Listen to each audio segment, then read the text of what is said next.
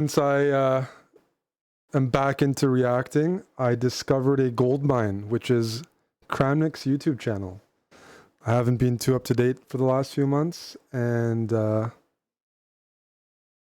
found some videos today. It looks like he's been investigating Danya, and there's 3 parts, and I like a good trilogy, so I figured I haven't watched it yet. I will. I just clicked on them to see if they were in English, but gonna watch and see what Mr. Kramnik's up to. I think he's trending a bit right now because of the Shevchenko case, since he was on that case early. Is this going to be better than the Lord of the Rings trilogy? We're going to find out. But we're going to start with part 1. He calls it okay, this is funny. I got a new investigation, part 1, Farmers in Town. I like that there's a title to it. I already am giggling, Farmers in Town. So let's see what Mr. Kramnik has to say. Hello, ladies and gentlemen. I would like to present today another story, another detailed investigation about a chess.com player, very famous one, also a commentator, Danya. Maybe many of you know already, who follow my Twitter and in general follow my activities, that I offered maybe like a couple of weeks ago, a bit earlier, to play a match with Daniel Naroditsky on the conditions that I'm ready to put my own $50,000 and Danya or his sponsor or crowdfunding, whatever. I mean, of course, it will be disadvantage to me because I'm risking my own money, and let's say my opponent is risking sponsors' money or people's money. But anyways, I'm ready for that. So there is $50,000 on the table from the other side, and the winner takes it all. So we play the same conditions as I played already with Jose Martinez, with Just Spam, only not on chess.com. I would any other site, Lichess, Chess Arena, whatever. Yes, so I'm ready. Of course, I'm ready to risk my $50,000. I didn't get any response from Daniel Naroditsky, so I saw this on Twitter, but I don't know the conclusion, and I must say, I'm surprised this match isn't taking place. If it's been a couple of weeks, 50K, if you were crowdfunding, isn't that high of an amount. I'd like to think in chess for something like this, or for Danya, who's a pretty big name.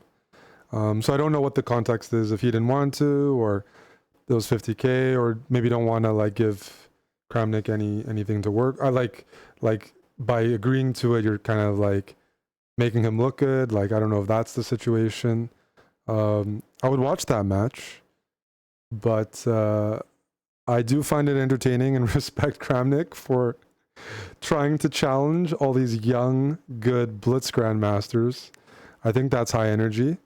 From my limited time watching the previous one, I didn't follow it live so much, it would be good if these were part of like general cards. Like back in the heyday a couple of years ago during chess boxing, if we had like Kramnik on the undercard or something, having his, like, you know, different people settling their beef in the undercards, that'd be great. Like, it'd be good if it was part of a card, not just like a one match event. Turn it into a big spectacle. But at the same time, I don't necessarily think these match styles really prove too much unless there's a real outlier of a result.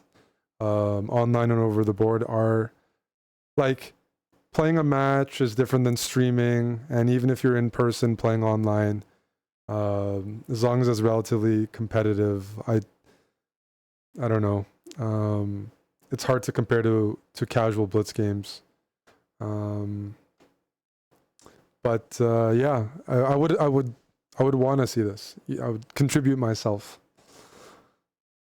So here is I think it's high energy from Kramnik though, because I don't think he's the favorite. My tweets. Okay, was enough time because I waited for a few days, no response.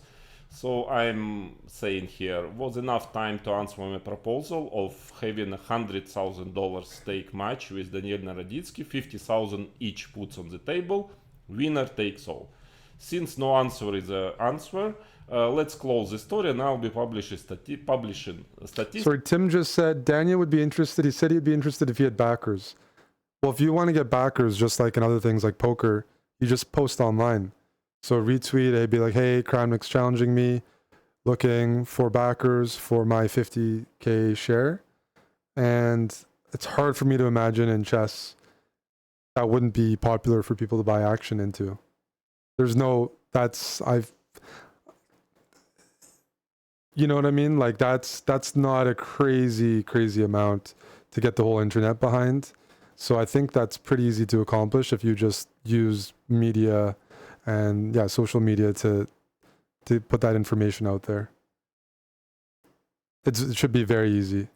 Statistics of Danya and others, instead explaining my concerns, because I do have concerns and I will explain you step by step here, many actually, and one by one, not all today, but I will continue after.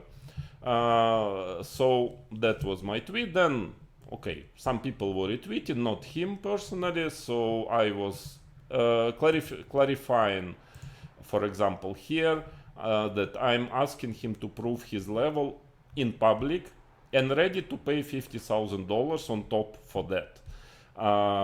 And I'm just saying that publishing statistics, true statistics, has nothing to do with this match. And because some people, I guess his fans, started to tell that I'm blackmailing. I'm not blackmailing at all. I just say that, okay, if he doesn't want to play, then I will just publish all what I have. And I already mentioned we have a big team.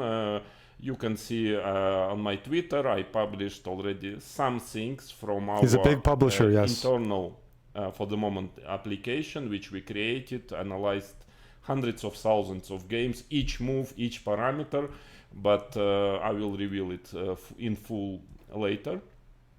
So we have a lot of data, a lot of statistics, and a lot of players.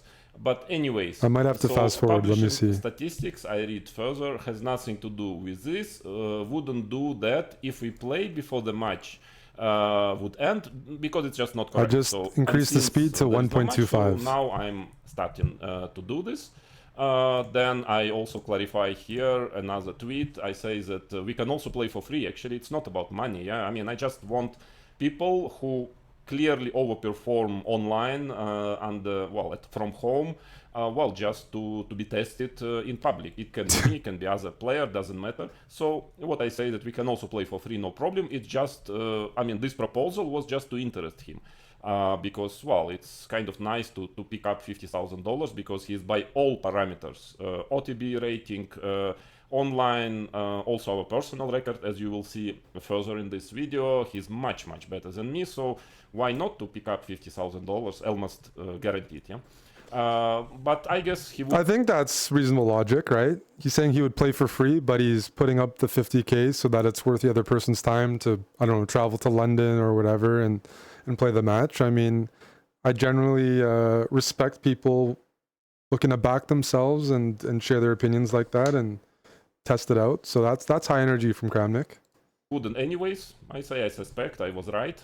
I'm ready to play him, risking my own money, and I can guarantee you it will be my own money, against sponsor of him or found crowding money if he wants. So I say no problem. Yeah, I don't want him to risk his money. I'm dyslexic, so found crowding makes sense to me. Whatever he prefers, just making him play if he dares. Okay, that was the story. So why I'm making this proposal? Or I was making this proposal, didn't receive any answer. For some reason, Danya is probably rich enough to decline $50,000, which is like, almost for sure. If I had this opportunity, I would take it in a heartbeat. I don't know what I need to do. Haven't been playing chess and probably not playing good enough chess. But I would love to play a former world champion in any chess match in person for $50,000, even if I wasn't winning a prize. It's just one of those like lifetime things, like you know. So you know, you get a photo, a memory for your grandkids. Well, I don't have kids, but you know, it's there aren't that many world champions in chess, so it's I would crowdfund or put up my own, like, because yeah, that's from my perspective, but I'm not being investigated yet. Yeah, he's going to win according to all the statistics, yeah. So why he declines, I don't know. But let's go and let's try to check one by one the criteria which we have, which I will present you, because now it would be good for chess to have matches like this, but it still has to be organized properly, and I haven't been very impressed, to say the least, with the previous iterations of this. I know Kramnik's goal isn't to like make chess popular with this. He's personally interested in investigating, but you definitely, you know, there must be a way to commercialize this. Yes. Some time ago already, I'm checking a lot of different players. To be more precise, our team, and some are really, who's on his team? Let's say red, as we call it, because we have different colors. Actually, white is normal, yellow result performances in white is normal. We okay. have a lot of different parameters are like deviation, but still within the norm, and red is really like unlikely performances. And for instance, I have like 50 different events, let's say titled used. I have one red, which is normal. Of course, once or maybe even twice out of 50, you have a fantastic performance, yeah? Same as also once at least or twice, very bad performance, but one yellow and everything else white. Some players are like half red, yeah? For example, but anyway, I can I will not show it to you now, but one day I will show you this application. I want to know what colors I am. Now I have to ask permission also of developers and of all people working on it. But anyways, I will show you something else today.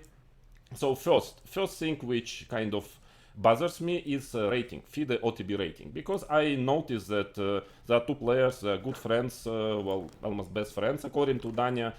He said it many times, Daniel Naroditsky and Alexander Bortnik. They actually raised a lot in the rating list lately, and even Danya, he was always OTB, he plays very rarely, at least he used to play very rarely, and he was always around 2730, 2740, something like that. And then suddenly I saw him raising, and he broke 2700. Now he's 2707. Was kind of wondering because I didn't see him playing. I mean, I didn't see him play in any major tournament. I think he never yet played World Championship. Bortnik played once long time ago, well, quite decently actually. I mean, they're both good Blitz players. The question is, how good are they? Are they really 27 plus players? That's something we will check now. But yes, so I mean, yeah, he didn't really play OTB, both of them, but suddenly I saw Bortnik on 27.55, I think number 12 in the world, actually not really like participating in tournaments. So let's now go. This is an interesting part. Here is Daniel Naroditsky. So this is his FIDE OTB card. So yeah, with all his play ratings. Okay, so he's 2619 classical rating. Rapid he almost doesn't play for a long time already, and 2707 Blitz, which is like top 25 in the world. So let's see rating progress chart. Yeah. So here it is. So let's check. What about classical? This is a classical rating. Yeah, here it's classical. So he plays very little, 9 games, 1 game, 7 games here, 3 games there. So in the last couple of years, very few games. Rating stays the same, as you see, like 2617. Now it's 2619, so more or less the same rating. Rapid games, no, here. Okay, very few games, 4 here and there. Again, 2639, 2638, the same, everything the same. Blitz, yeah, you can see that his rating was a bit over 2600, 19, then no games, as you see here, 0, 0, 0 game, no OTB. Then it raised a bit, okay, he's definitely a good Blitz player, no doubt about it. And then suddenly, somewhere around February last year, he started to play a bit more, and lately a lot more. Yeah, you see, 9 every month, 9, 12, 6, 8, 6, 8. Always more or less the same amount, sometimes like 2 times 8. And the rating, you see, is progressing constantly. So 33, 32, here not 36. Then he lost some rating, then 28, 32, 32, and then it starts to go. December 23, 39, especially from February, 44, 47, 70, 16 games, 77, 84, 89. Progressively few points all the time. 2700 finally he hit, and now 2707, and I guess it's going up and up. So okay, interesting. How does it happen? Why permanently? Let's do the procedure. So the same. Let's check Bortnik. It's the same exactly story. So practically no games classical. You see only 2 games in last year, the same rating. So I guess couple of draws, some 6 games here, but well, nothing really happening. Same in rapid. Nothing really happening, the same rating as it was. And Blitz also 27.55. He's getting to top 10 already, very close. Again, the same story. He, at some point, long time ago, he played one tournament. Yes, I guess it was actually World Championship. He played pretty well. He was not fighting for prizes, but still was in good plus. And raised quite his rating to 50 points in a tournament's really good. He just didn't play. You see for very long time no games, so just keeping the rating. And then it started June 23 a bit, and then slowly it started 10, 6, 7, 16, 9, 15, 15, and again 24. You see, at that time it was still, rating was the same more or less, and then it started to raise. So you see here 15, 15 actually is losing rating, and now same story, 7, 9, 9, 9, 15, probably 2 times 7 or 9, with 1 game less. Let's come back to the analytics. So I was wondering what is happening. I mean, where they find these tournaments, and I started to check database, internet, just trying to find those games. I just couldn't find them. Farmers in town. Like I know the topic of the video, which is why I'm interested in it. There is farming happening, although not only in Charlotte. There's arable land in a few places. And no games on database, which is very rare for players of such caliber who are 27 plus, that you cannot find most of their games. Actually, only 5, I think, games you could find. Very few in the last couple of years, which they played in some other event. But I mean, most of these games, and let's say Danya, he played almost 100 during last year. You see here. I mean, you just cannot find neither on interval to individual. Okay, let's choose this one. Let's take a look at the tournaments. So let's see what was it. Okay, and now we see it's Charlotte Spring Open Blitz. Yeah, there is actually there is one very strong player for the for the normal situation. Here 2-2-2-4-7 everyone. Why? The same with Bortnik. I mean, all those games are played in the same event every month, sometimes twice a month. Actually, the event is why those, the same. You see now, let's choose this one. It's another month. Yeah, here it's 1 game with Bortnik, the same for Bortnik, 1 game with Danya Naroditsky, and all others the same rating. Why the same rating? Because there was a very clever, as often, FIDE decision lately. It is here. New FIDE rating and title regulation come into effect end of 2023. So, okay, it's an article about different things, but the most important point is this one, number 4. So all of a sudden, FIDE decided to break actually mathematical ELO system and decided here, that the 400 points rule is now implemented, and a difference in rating of more than 400 points shall be counted for this was a rule as though it were a difference for most of my life. Points. So which means, like, you can play they recently reinstated with it. 3-year-old boy who just got his rating, and it will be counted. It will be counted as if the difference in our rating is 400 ELO points. So since now my Blitz rating. So this is the rule that chess had up until, I don't know what, 2018 or 2019 at least. So whoever you play, your grandmother or whoever, it will be counted like this, with no restrictions on how many games, how many times it can be applied during a single tournament.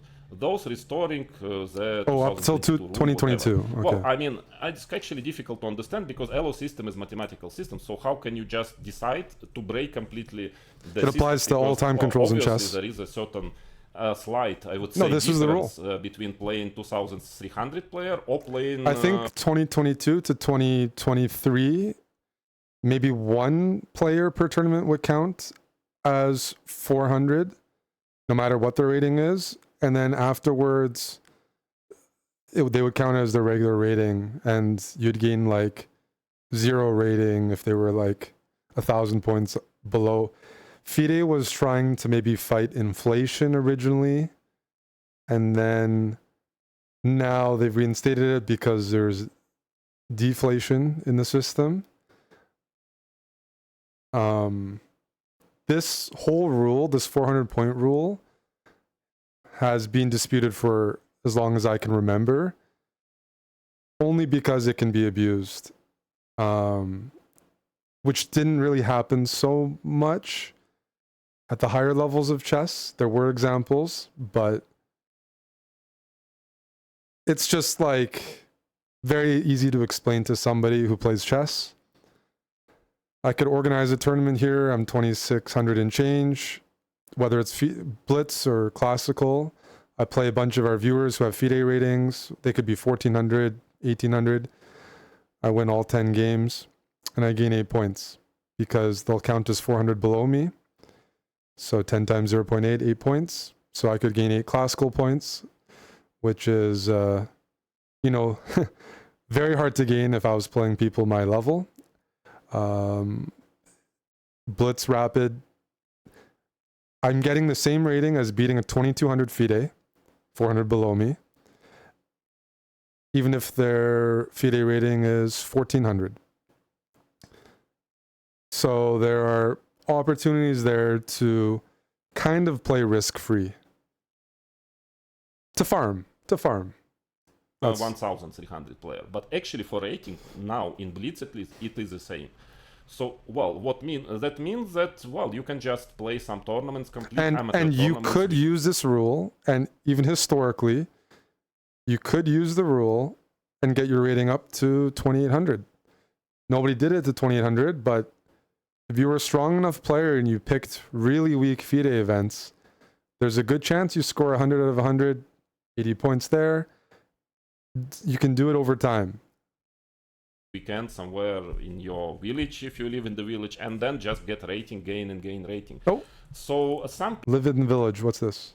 Village if you live in the village, and then just get rating, gain rating. Yes. So some a village people for farming. immediately jumped. Of course, this is, to my understanding, it's a complete nonsense. You can you have to limit the amount of games per month you can play, whatever. Yeah, you just cannot simply let people.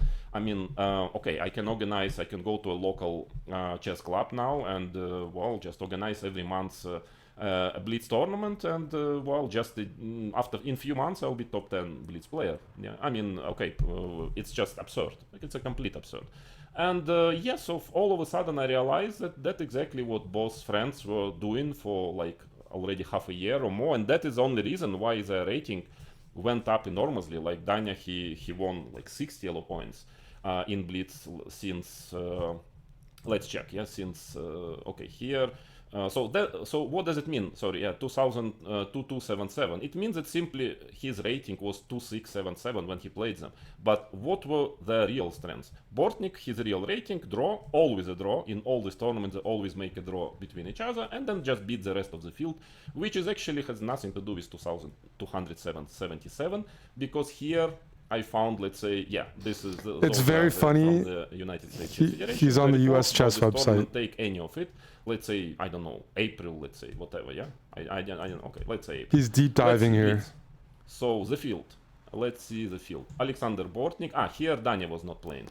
Okay, so let's take, it's the same story. You see second 2126, and then it goes 2235. Very rare that there is a player above 22, but normally 2182. It's exceptionally strong tournament for normal circumstances. I will show you later. But then 1875, 1843, 1913. So you see he played in the first round with 20, number 20. Number 20 is 1480 rating. 21 the same. Yeah, number 9, it's already kind of very powerful player. 1913. Then number 13 he made 1589. All those games are counted with as if the players are around 2300. Yeah, 2277 rating. Of course he beat them all. Here I think Danya was not there, so he made 100% obviously. But some other tournaments, let's see. I'm looking at the bookmarks. Rating performance, calculator, ELO win probability. The tournaments where they Your bookmarks, played, say a lot about the person. Let's say April. I think February I think they played both. Here, Yes, Danya Naroditsk, Alexander Bortnik. You can miss first round, you get half point, whatever, I don't know. Then the same story. They make a draw here. You see, they make a draw with each other. In every single tournament, they make a draw with each other, and then they beat the rest of the field. Here the field is a bit less powerful. Still, there are a couple of 2,200 players, but otherwise, very quickly it goes to 2,000, 1,800, 1,700, and so on. Yeah, so. It is just, well, I mean, of course you can, I think Alexander Bortnik made a draw, but most of this tournament, and they had even, I think, 2 sometimes a month, sometimes once a month, so they just cash and rating, because if it would be like it should be with a normal rating, you cannot really win any rating. Yeah, I mean, even if you make 100%, but once every game counts as if you are playing FIDE Master, when you in reality play a complete amateur actually. Like here, number 22. So let's see the field of Danya. Number 22 is what is his rating? 1,465. It's the first round. Second round, number 13. This must be a strong player already to 1,640. That's already more serious. Number 8. This is a monster, 2,105. I know number 8. He's a nice number guy. 2, okay, this is Bortnik, but even at the end, number 6, let's see, 2,090. That's already serious. I actually checked a couple of tournaments just to see the average rating. In reality, of course, if you don't count this draw between each other, they have more or less similar ratings, so they don't gain or lose anything with it. Then the average was always below 2,000, so it was 1,920 or something like this. I mean, it is for any 2,600 player, well, he will win all games, very unlikely. Maybe once in 5 tournaments he will make 1 draw, but it's like free rating. And, you know, with this, using this opportunity to get, you know, actually unfair rating. Unfair not because of them, because FIDE made, I mean, I'm sorry, idiotic rule, but without limiting even the amount of games. So basically you can play like this, so you can just cash rating.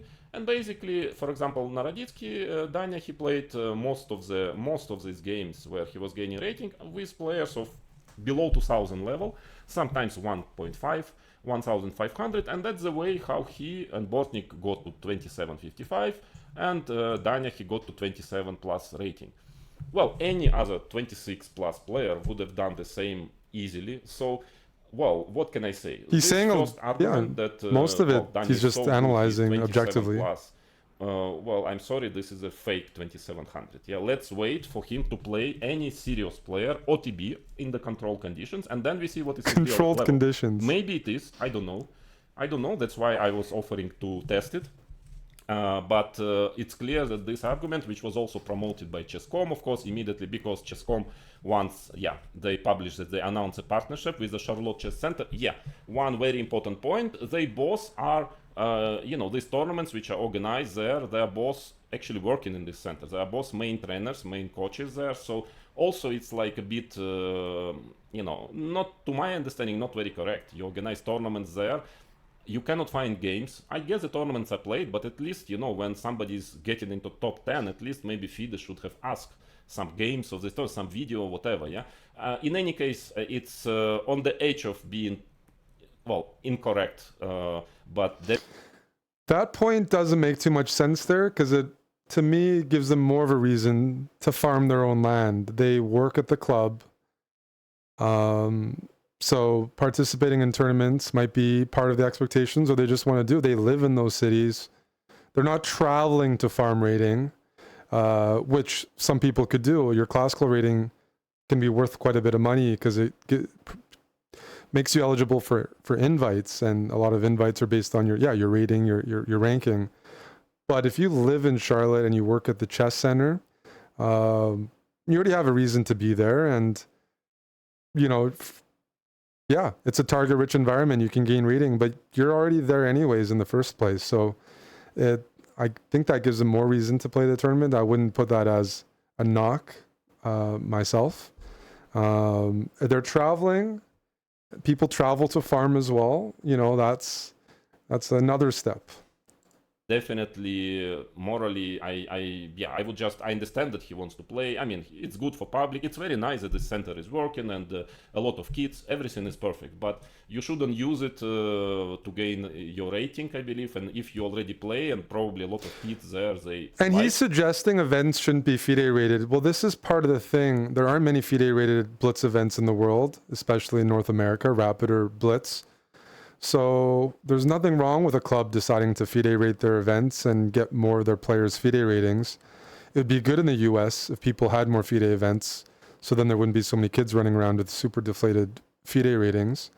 I think there should be more FIDE events in general. So there can be different motivations for FIDE rating tournaments, but that is the global standard, and there's certainly a shortage in a lot of areas. So I don't think they should not rate events at the same time. This all comes down to FIDE, should be his argument.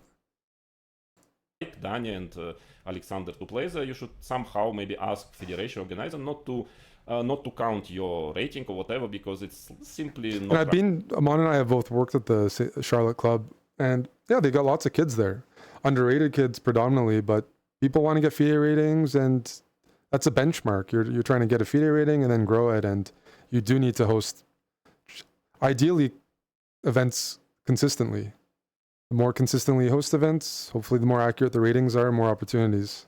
Right. Yeah. I mean, the players are fighting in the world championships. You know how difficult it is to improve even for very top players. It's not their fault there aren't many FIDE Blitz events in the US. Points is given with a lot of sweat, so to say, and effort. It's not like there's tons of opportunities to gain rating. Just gaining 27 plus without, well, just, without doing anything basically. Because of course you understand, for a professional player, fighting with players of 1900 level is well, it doesn't really take any effort. So this is the first thing I wanted to say. This is something which I really don't like. I mean, again, I want to state very clearly, as in all my investigations, it's nothing personal. I mean, I don't know Danya, I don't know Alexander Bortnik. Well, sometimes I watch Danya. He seems to be quite a likable person. Yeah, I mean, what can I say? Mm-hmm. Yeah, I have nothing against him. But well, it's not personal. It's just the rule must be that especially of the most famous players or commentators, content creators, let's use this language. Well, they have to be checked even more carefully than others. And okay, this is first thing which caused me, a little bit. Frankly, personally, I lost a bit of trust in Danya, because this is not.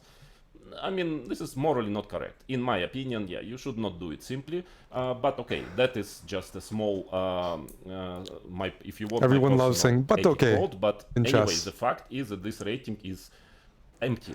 De facto, it's empty. It means nothing. Before, he proves it playing a decent opposition. I mean, professional grandmasters and so on. So that is the first part of it.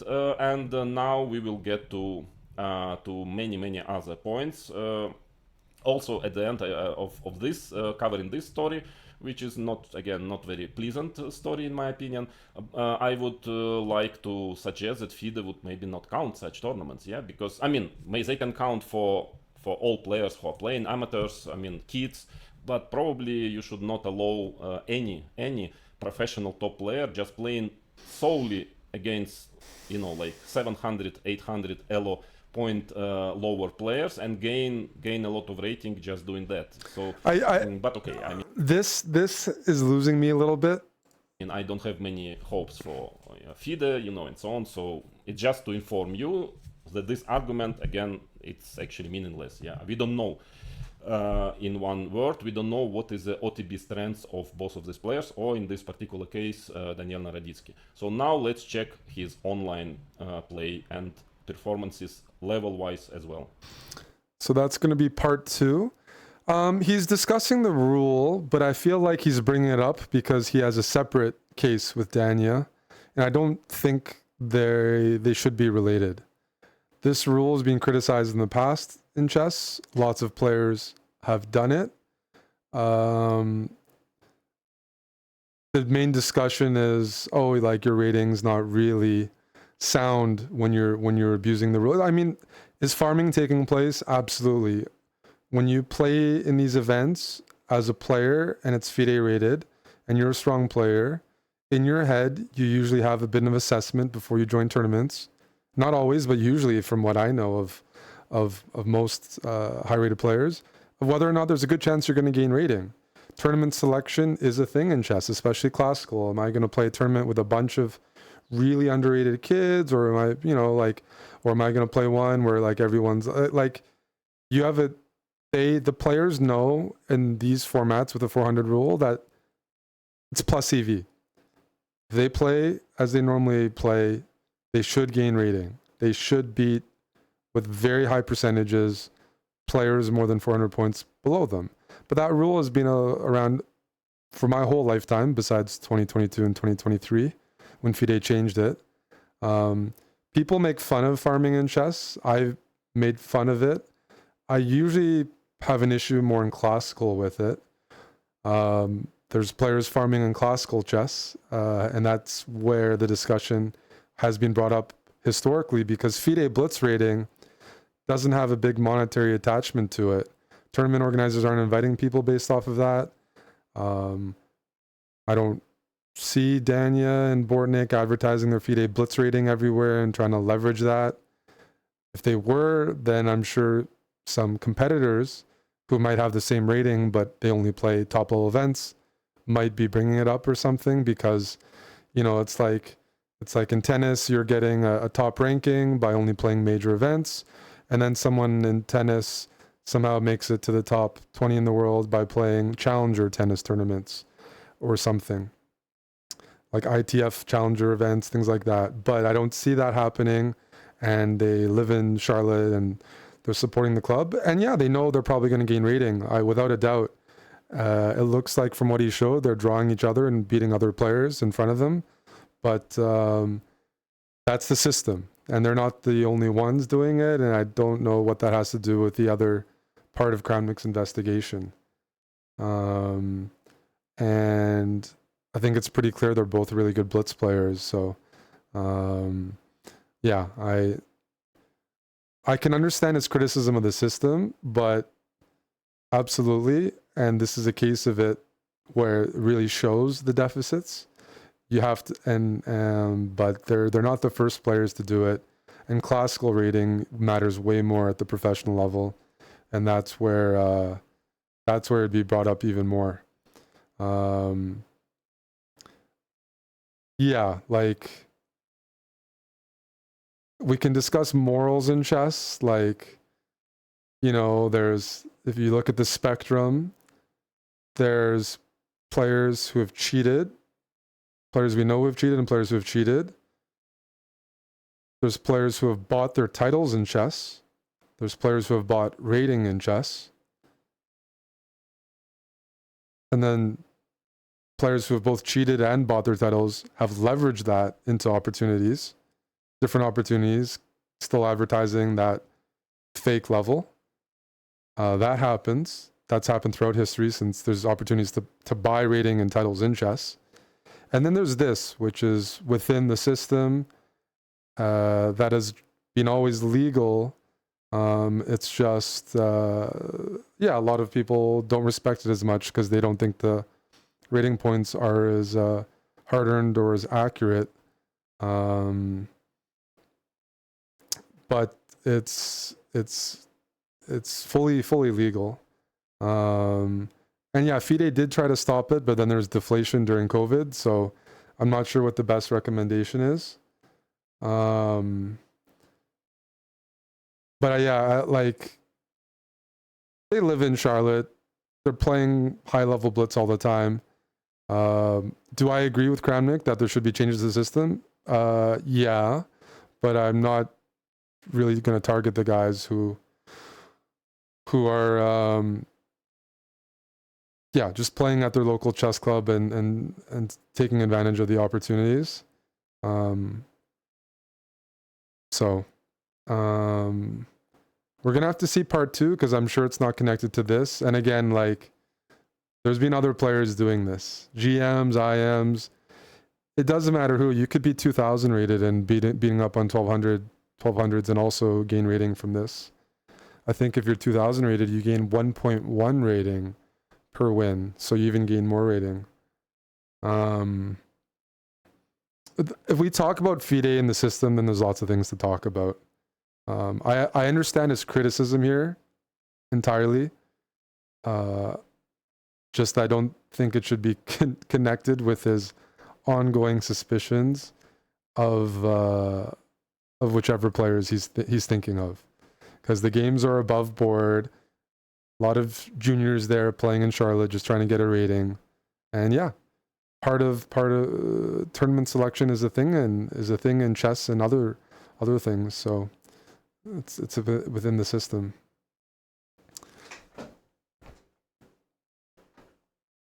But Farmers in Town is a funny title. Let's check out part 2 next.